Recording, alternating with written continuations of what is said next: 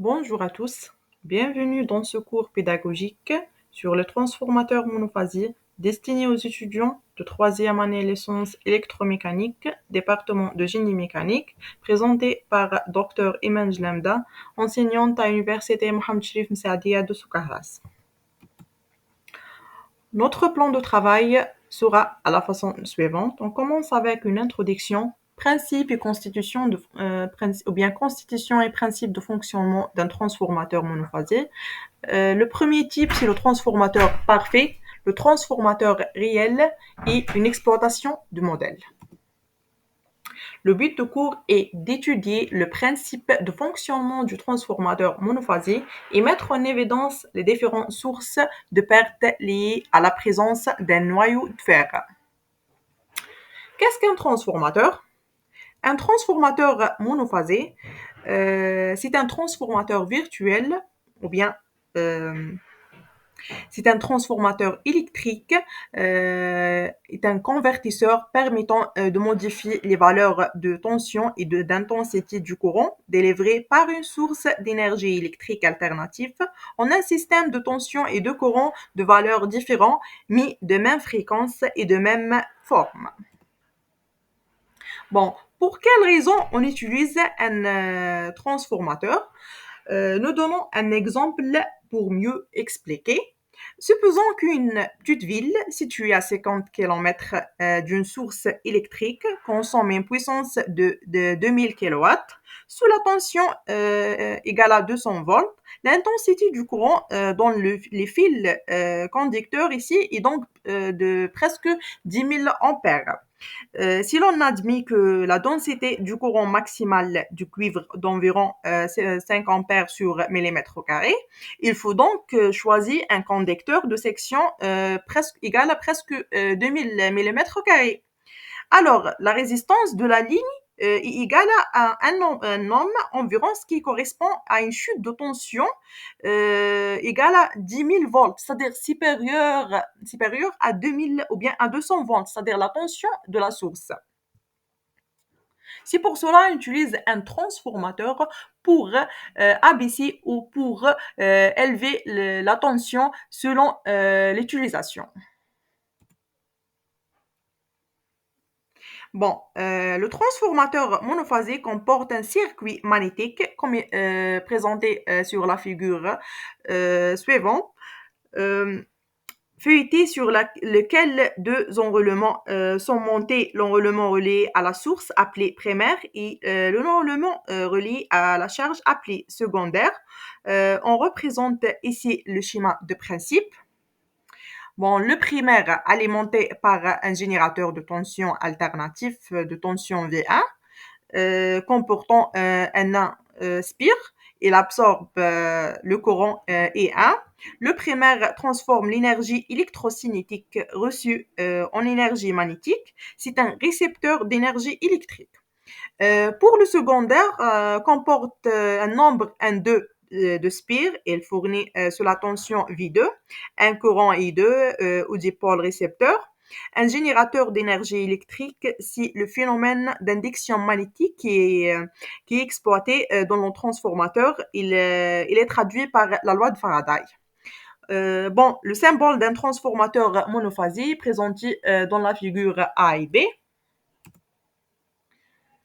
Bon, concernant le transformateur parfait, ça veut dire quoi un transformateur parfait? C'est un transformateur à une réluctance du circuit magnétique très faible, avec une résistance de circuit électrique pratiquement nulle. Les pertes joules sont nulles aussi. Les pertes fer aussi sont nulles avec les flux de fuite nuls.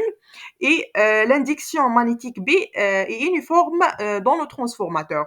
Aussi, au secondaire, le primaire étant alimenté par une tension sinusoïdale, alors le champ magnétique créé ainsi que le flux sont aussi sinusoïdaux. Ce champ magnétique va induire dans les N2 spires secondaires une force électromagnétique. Pour les équations, le fonctionnement d'un transformateur parfait réagit plutôt par trois équations primaires, l'équation de la FEM, E1, l'équation de la tension primaire, et au secondaire aussi, on a l'équation de FEM au secondaire et la tension au secondaire. Bon, on ajoute aux deux équations précédentes la troisième équation suivante secondaire.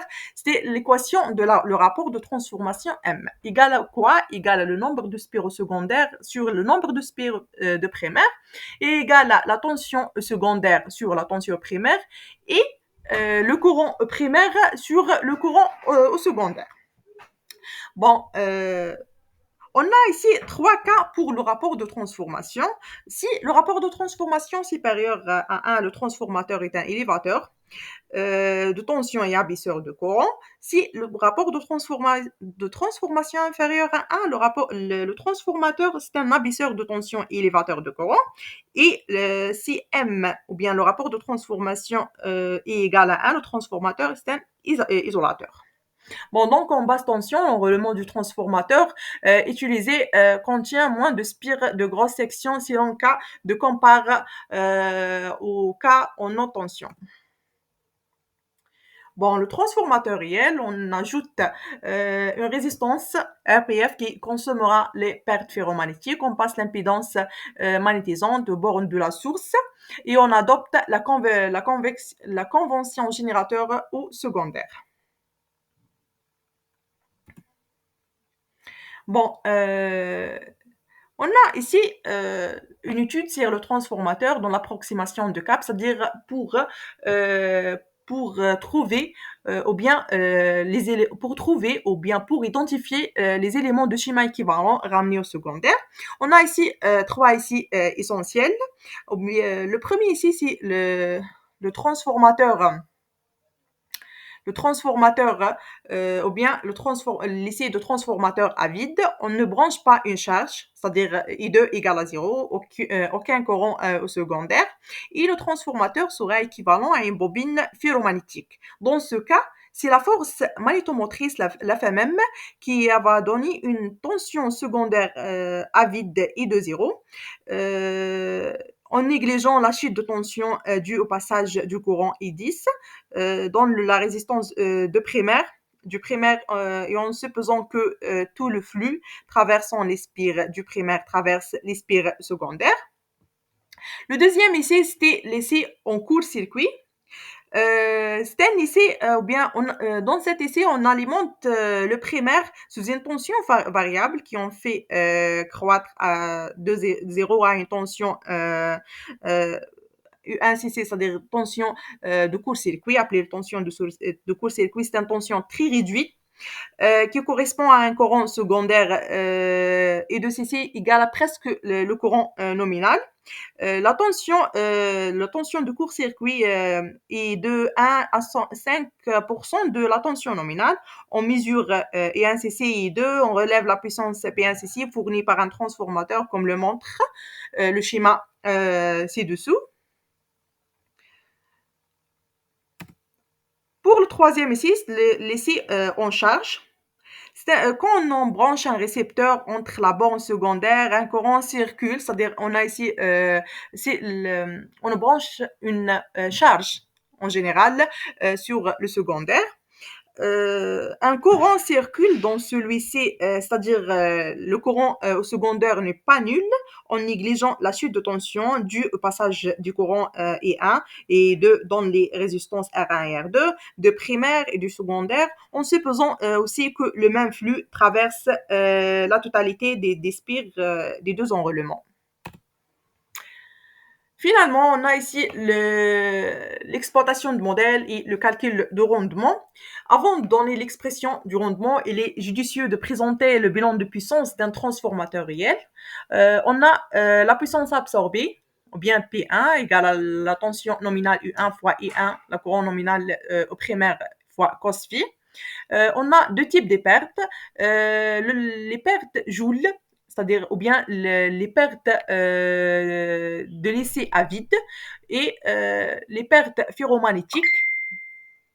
Ou bien les pertes ferromagnétiques, les pertes de l'essai en court-circuit.